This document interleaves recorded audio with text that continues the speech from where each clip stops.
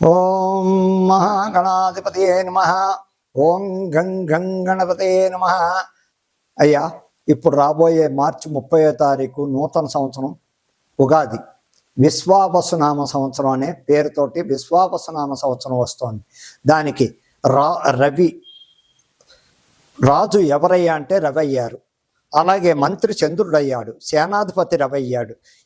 ఈ పరిస్థితిలో విశ్వావసునామ సంవత్సరం మార్చి 30వ తారీఖు నుంచి మళ్ళా 26 మార్చి వరకు ఎలా ఉన్నాయంటే గ్రహగతులు, దేశకాల పరిస్థితులు అనేక రకాలుగా చాలా ఇబ్బందులతో కూడుకున్నది. విశ్వావసునామ సంవత్సరంలో చాలా రకరకాల ఇబ్బందులతో కూడుకున్నది.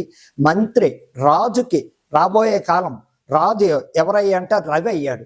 ఆ రవి అవ్వడం చేత శత్రువులు ఎక్కువ ఉంటారండి రాజుకి. అలాగే మంత్రికి వచ్చేసరికి ఇబ్బందులు రకరకాలుగా ఉంటాయి. సేనాధిపతి అలాగే రవి అయ్యాడు. ఇందు మూలంగా రాబోయే కాలం విశ్వావసునామ సంవత్సరం ఏ విధంగా ఎలా ఉంటుంది అంటే పరిపాలనా విధానంలో కానీ పెద్ద పెద్ద రాజకీయ నాయకులకి పెద్ద ఇది ఉన్న వాళ్ళందరికీ కూడా చాలా రకాల ఇబ్బందులు వస్తాయి దేశకాల పరిస్థితులు. అందులో భారతదేశానికి కొంచెం రాబోయే కాలం అంతా విశ్వావసునామ సంవత్సరంలో రాబోయే కాలం అంతా చాలా కష్టాలతో కూడుకున్నదని ఎవరికయ్యా అంటే దీన్ని సినిమా వాళ్ళకి చాలా ఇబ్బందులు ఉన్నాయి.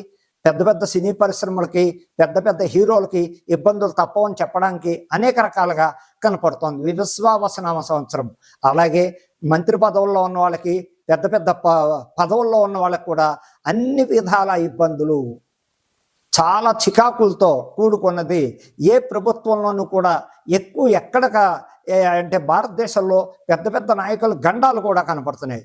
ఆ గండాల నుంచి తప్పించుకోవడానికి భగవంతుడి దయ వల్ల భగవత ఆరాధన, రాజశ్యామల యాగం చేయించుకోవడం కానీ, వారాహిదేవుని పూజించడం కానీ ఇలాంటివి చేసుకుంటూ ఉంటే కూడా మంత్రులు కానీ సినిమా వాళ్ళు కానీ పెద్ద పొజిషన్లో ఉన్న వాళ్ళంతా కూడా అతి జాగ్రత్తలు పాటించాలి. నోరు అదుపులో పెట్టుకుని మాట్లాడుతూ ఉండాలి. తొందరపాటు ఉండకూడదు. దేశకాల పరిస్థితులు ఎలా అంటే మన భారతదేశంలో ఉన్న ప్రతి రాష్ట్రంలోనూ చాలా చేర్పులు మార్పులు, మంత్రులు మారిపోవడం కానీ, దేశకాల పరిస్థితుల్లో అప్పటికప్పుడు సడన్గా విపత్తులు వచ్చి సస్పెండ్ అవ్వడం కానీ, మంత్రుల్లో కానీ రాజుల్లో కానీ అనేక రకాల ప్రాబ్లమ్స్ రావడానికి విశ్వావసునామ సంవత్సరంలో చాలా ప్రాబ్లమ్స్ కనపడుతున్నాయి.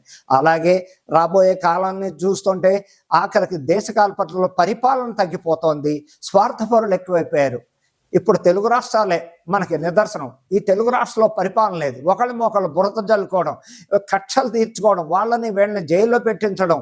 అయ్యో పరిపాలన లేదు ఇక్కడ, ఏ విధంగా పెడదామనే ఎక్కడ ఎవరిలోనూ పగతో సాధించే పరిపాలన నడుస్తోంది. కానీ తెలుగు రాష్ట్రాల్లో ఎక్కడ అయ్యో మన చేతికి పరిపాలన వచ్చింది, గతంలో వాళ్ళు ఎలా చేశారో ఏం చేశారో మనకు అనవసరం, ఇప్పుడు మన చేతిలో మన రాష్ట్ర పరిపాలన మన చేతికి వచ్చింది, మనం ఈ విధంగా ప్రజలను ఆదుకోవడం, వాళ్ళ సంక్షేమ పథకాలు, విద్యా సౌకర్యాలు ఎక్కడికక్కడ వాళ్ళకి లేనివాడికి పెన్షన్లు ఉన్నవా ఇచ్చేస్తూ రకరకాలుగా చదువుకునే పిల్లలకి విద్యావంతులు చక్కగా వాళ్ళ సహాయపడి రకరకాలుగా వాళ్ళకు ఉపయోగపడండి. అంతేగాని స్వార్థం మన చేతిలో ఒక రాజ్యం వచ్చిందని గతంలో ఎవడో చేశాడు వాడిని ఏదో జైల్లో పెట్టిద్దాం, వీడిని తన్నిద్దాం, ఇది కాదు చేయవలసిన పని. మీరు మళ్ళా వచ్చే ఎన్నికల్లో నిలబడాలంటే ఎలాగైనా మధ్యంతర ఎన్నికలు కనపడుతున్నాయి భారతదేశానికి. ఏమో చెప్పలేము. ఎనీహౌ 2027 2026 అనే టైంలో తప్పకుండా జమినీ ఎలక్షన్ పడడానికి అవకాశాలు ఉన్నాయి. కొన్ని ప్రభుత్వాలు కూలిపోయేది కూడా కనపడుతోంది. అలాగే సీఎంలు కూడా మారే ఛాన్స్ కనపడుతోంది ఈ సంవత్సరం. ఎక్కడనే చెప్పలేం, ఏ రాష్ట్రంలో అయినా సరే అవ్వచ్చు. సీఎంలు మారడానికి అవకాశాలు ఉన్నాయి అన్ఎక్స్పెక్టెడ్గా. కానీ వాళ్ళ పార్టీ ఉంటుంది, కానీ సీఎంలు మారుతారు. ఆ సీఎంలు మారాక మళ్ళా పరిస్థితుల్లో కొన్ని మార్పులు జరుగుతాయి. ఏదేమైనప్పటికీ కొన్ని ప్రభుత్వాల్లో చాలా ఇబ్బందులు కనపడుతున్నాయి. ప్రధానమంత్రి అవ్వచ్చు, ప్రధానమంత్రి విషయంలో కూడా కొన్ని ఇబ్బందులు, అనారోగ్య సమస్యలు కనపడుతున్నాయి ఆయనకు కూడా. ఆ విధంగా ఆయన చాలా దైవభక్తుడు, ఎన్నో రకాలుగా కాశీ విశ్వేశ్వరుని బాగా ఆరాధిస్తాడు. ఆయనకి దైవ నమ్మకం, బాగా శివుని బాగా ఆరాధిస్తారు. అటువంటి వారికి ఆరోగ్యం బాగుండాలని విశ్వావసునామ సంవత్సరంలో ఆయన ప్రధానమంత్రిగా బాగుండాలని ఆశీస్సుస్తున్నాం. కానీ ఎప్పటికీ జాగ్రత్తలు తీసుకోక తప్పదు. ఆయనకు కొన్ని సమస్యలు ఉన్నాయి. ఆయన కూడా జాగ్రత్త పడుతూ వెనక ముందు ఆలోచిస్తూ స్టెప్ వేయడం వలన సెక్యూరిటీ వల్ల కానీ ఇంకో రకంగా కానీ ఇబ్బందులు వచ్చే చూసుకుంటూ మన ప్రవర్తనలో వెనక ముందు ఆలోచించుకుంటూ ప్రధానమంత్రి కూడా కొన్ని జాగ్రత్తలు పాటించవలసింది తప్పదు. అందుకని దేశకాల పరిస్థితులు ఉన్నాయి. ఇకపోతే ద్వాదశ రాశి ఫలితాల్లో ఎవరికి ఎలా ఉందయ్యా అంటే, ఇకపోతే మార్చి 30వ తారీఖు విశ్వావసనామ సంవత్సరం ఉగాది పండగ స్టార్ట్ అవుతుంది. ఇకపోతే రాశి ఫలాల్లోకి వస్తులోకి ద్వాదశ రాశుల వారికి ఏ రాశికి ఏ రకంగా ఉంది, ఏ రాజపూజ్యం ఏంటి, అవమానాలు చెప్పబడుతున్నాయి. ఇక్కడ మేషరాశి వారికి ఆదాయం 2, వ్యయం 14, రాజపూజ్యం 5, అవమానం 7. మేషరాశి వారు కొన్ని జాగ్రత్తలు, ఏలినాడు శని స్టార్ట్ అవుతోంది వారికి. వారు తగిన జాగ్రత్తలు తీసుకుంటూ చక్కగా దైవాన్ని బాగా నమ్ముకుంటూ, ఆంజనేయ స్వామిని బాగా నమ్ముకుంటూ, అలాగే కాలభైరవుడిని బాగా చేసుకుంటూ, కాలభైరవుడిని చేసుకోవడం, మేధా దక్షిణామూర్తికి చేసుకోవడం వల్ల కూడా వీరికి ఎన్నో రకాలుగా ఈ మేషరాశి వారికి ఏలినాడు శనిలో కనపడే ఏమిటయ్యా అంటే ఎక్కువ యాక్సిడెంట్లు ఎక్కువ కనపడుతుంటాయి. అంటే సెల్ఫ్ డ్రైవింగ్ జాగ్రత్త. ఆ సెల్ఫ్ డ్రైవింగ్ చేసేటప్పుడు మీరు వెనకాలనే కూర్చోండి, లేదు కారు డ్రైవింగ్ వస్తే వెనకాలనే కూర్చోండి. అతి జాగ్రత్తలు పాటిస్తూ డ్రైవింగ్ విషయంలో జాగ్రత్తలు పాటించాలి. అలాగే అనారోగ్య సమస్యలు కూడా కనపడుతున్నాయి. వారు ఎంతసేపు అంటే ఇక్కడ విధి విధానాలు వ్యక్తిగత జాతకాన్ని బట్టి కూడా చెప్పాలి. వ్యక్తిగత జాతకంలో అక్కడ ఏ బుధ మహాదశో, చక్కగా చంద్ర మహాదశో, లేకపోతే గురు మహాదశో, శుక్ర మహాదశో నడుస్తున్న వాళ్ళకి ఇబ్బందులు తక్కువ ఉంటాయని చెప్పాలి. అలాగే ఏ రావు మహాదశో, కుజ మహాదశో, చంద్ర మహాదశో జరుగుతున్న వాళ్ళకి ఇబ్బందులు ఎక్కువ ఉంటాయి అని చెప్పడానికి. ఏదేమైనప్పటికీ వీళ్ళకి మార్చి 30 ఉగాది నుంచి మళ్ళా జాగ్రత్తలు బాగా పాటించాలి. ఇంట్లో సమస్యలు ఉంటాయి, బయట సమస్యలు ఉంటాయి. వ్యాపార సంస్థల్లో వాళ్ళకి కొంచెం డల్ అవ్వడానికి అవకాశాలు ఉన్నాయి. వ్యాపారం ఉద్యోగస్తులకు ఆఫీసుల్లో సమస్యలు ఎక్కువ ఉంటాయి. అలాగే ఏది చూసినప్పటికీ, ఏది చెప్పినప్పటికీ దైవ నిర్ణయాన్ని బట్టి దైవ కార్యాలు ఎంతసేపు మేషరాశికి అధిపతి సుబ్రహ్మణ్యేశ్వరుడు, అలాగే కేతువు, ఆ వినాయకుడిని సుబ్రహ్మణ్యేశ్వరుని బాగా ఆరాధిస్తూ చక్కటి ఫలితాలు పొందుతూ, శనేశ్వరుడు ప్రతి శనివారం ప్రతి శనిత్రయోదశికి తైలాభిషేకాలు చేయించుకోండి. ఆంధ్రాలో ఎక్కడెక్కడయ్యా ఈ శనేశ్వర దేవాలయాలు ప్రసిద్ధి అంటే, ఆంధ్రాలో మనకి రావులపాలెం దగ్గర మందపల్లి అనే గ్రామంలో చక్కటి ఫలితాలు ఇవ్వడానికి, శనిత్రయోదశి నాడు చేసుకోవడానికి వీళ్ళకి చక్కటి ఫలితాలు ఇస్తాయి మందపల్లి రావులపాలెం గ్రామంలో. అలాగే ఇంకా పోతే శనిసింగనాపూర్ అక్కడికి వెళ్ళడం, ప్రతి శనిత్రయోదశికి శనిసింగనాపూర్ వెళ్ళడం, అక్కడ మేషరాశి వాళ్ళు తైలాభిషేకం చేయించుకోవడం కానీ, శనేశ్వరుని ఆరాధించడం కానీ, హనుమంతుడు దర్శనం చేసుకోవడం, సింధూరం పెట్టుకోవడం, దానివల్ల ఎన్నో రకాల ఉపయోగం ఉన్నాయి. ఈ మేషరాశి వాళ్ళు అతి జాగ్రత్తలు. వ్యాపార ఇబ్బందులు వస్తూ ఉంటాయి. దశను బట్టి వ్యక్తిగత జాతకం వేరు, రాశి ఫలం వేరు అని మన్నవించుకుంటూ చెప్తున్నాను. అర్థం చేసుకోండి. రాశి ఫలితాలు వేరు, వ్యక్తిగత జాతకం వేరు. చాలామంది ఈ మధ్య ఫోన్లు చేసి అడుగుతున్నారు, ఏమంటే మేషరాశికి టాపటండి. అలా చెప్పకూడదు. రాశి ఫలితం వేరు, వ్యక్తిగత జాతకం వేరు. మేషరాశి వాళ్ళందరికీ మొత్తం అందరూ కొన్ని లక్షల మంది ఉంటారు. అందరూ మేషరాశి వాళ్ళు బాగోలేదని చెప్పడానికి ఉండదు, బాగుందని చెప్పడం.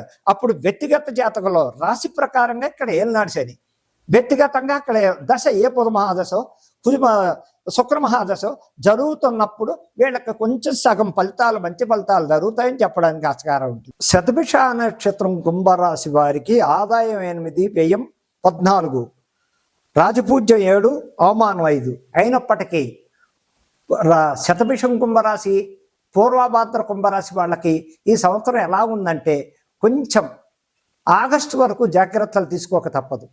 ఆగస్టు నుంచి వాళ్ళకి కొంచెం మార్పులు కనపడతాయి. ఎందుకంటే షష్టగ్రహ కూటం ఎఫెక్ట్ కూడా ఉంది. మీనరాశిలో షష్టగ్రహ కూటం ఎఫెక్ట్ కొంచెం కుంభరాశి వాళ్ళకి, మీనరాశికి కూడా చూపిస్తుంది. ఆదాయం వేయాలి ఎలాగంటే, ఆదాయం 8, వ్యయం ఏమండి ఆదాయం 8, వ్యయం 14 ఎక్కడి నుంచి తేవాలి, ఎలా తేవాలంటారు. దానికి దీనికి సంబంధం. వచ్చిన దాంట్లో 100 రూపాయలు వస్తే 200 ఖర్చు అవుతుందంటే అప్పు కనపడదని చెప్పడానికి ఆస్కారం లేదు. ఏదేమైనప్పటికీ కుంభరాశికి శతభిష నక్షత్రం కుంభరాశి వాళ్ళు, పూర్వభాద్ర కుంభరాశి వాళ్ళకి ఆగస్టు వరకు కొంచెం ఇబ్బందులు ఉంటాయి. అక్కడి నుంచి మిశ్రమ ఫలితాలు ఇస్తూ మెల్లిమెల్లిగా వాళ్ళకు కూడా కొంచెం మంచి జరుగుతూ ఉంటాయి. పడ్డ బాధలకి ఏ సినిమా ఫీల్డ్ వాళ్ళు అవ్వచ్చు, రాజకీయ పరంగా వాళ్ళు అవ్వచ్చు.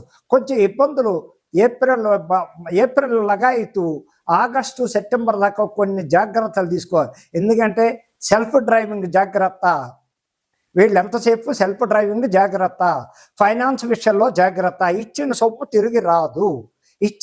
తిరిగి రాదు. బయట ఇంకా నిందలు పడ్డం, అవమానాలు పడ్డం ఇలాంటివన్నీ జరుగుతాయి. కాబట్టి ఫైనాన్షియల్లో జాగ్రత్త, డ్రైవింగ్ విషయంలో జాగ్రత్తగా ఉంటూ మీ నియమాలు ఎంతసేపు హనుమంతుడిని ఆరాధిస్తూ చక్కటి ఫలితాలు ఇస్తూ చక్కగా అక్కడ మీరు చేయవలసిన శతభిషం కుంభరాశి వాళ్ళు మధ్యవేళ గోమేధకం పెట్టుకోండి. దానివల్ల ఇది చాలా పూర్వభాద్ర నక్షత్రం వాళ్ళు చూపుడు వేలు పుష్యరాగం పెట్టండి, మధ్యవేళకి నీలం పెట్టండి. దానివల్ల మీకు ఎన్నో రకాలుగా అంటే వ్యక్తిగత జాతకం. ఇప్పుడు కుంభరాశి వాళ్ళకి బాగోలేదు అని చెప్పడానికి వ్యక్తిగత జాతకం రాశి ప్రకారంగా శని నడుస్తుంది. వ్యక్తిగత జాతకంలో మీకు ఏ గురు మహాదశం, బుధ మహాదశం, శుక్ర మహాదశం చక్కటి ఫలితాలు ఉన్నాయనుకోండి, దానివల్ల కూడా సగం ఎఫెక్ట్ పోతుంది, శని ఎఫెక్ట్ చక్కగా ఉంటారు. అది అంటే నక్షత్రాధిపతి రాశ్యాధిపతికి కూడా నేను ఈ విధంగా చెప్పడం జరుగుతుంది. మీరు మళ్ళా అర్థం చేసుకోండి. అక్కడ కుంభరాశి శతభిషం కుంభరాశి వారికి మధ్యవేలు గోమేతకం, ఓ పూర్వభాద్ర నక్షత్రం కుంభరాశి వారికి మధ్యవేలుకి నీలం, చూపుడు వేలు వృక్షరాగం ధరించండి. మంచి రోజులు వస్తాయి, అయినప్పటికీ అంత భయపడిపోయేది లేదు. మిశ్రమ ఫలితాలు. ఆగస్టు వరకు జాగ్రత్తగా ఉండండి. దైవబలం ఎంతసేపు ఆంజనేయ స్వామి గుడికి వెళ్ళండి, నవగ్రహాలను ఆరాధించండి, ప్రతి శని త్రయోదశికి తైలాభిషేకం చేయించుకోండి.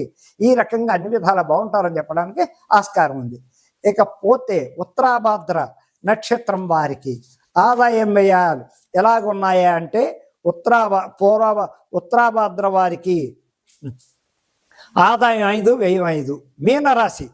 మీనరాశి వారికి ఆదాయం 5, వ్యయం 5, రాజపూజ్యం 1, అవమానం 1. కాబట్టి మీనరాశి వాళ్ళకి ఈ మీనరాశిలోనే కొన్ని ఏళ్ళనాడు శని నడుస్తోంది. అప్పుడే 2 సంవత్సరాలు అయిపోయింది వీరికి, ఇంకా 5.5 సంవత్సరాలు బ్యాలెన్స్ ఆఫ్ ఏళ్ళనాడు శని నడుస్తోంది.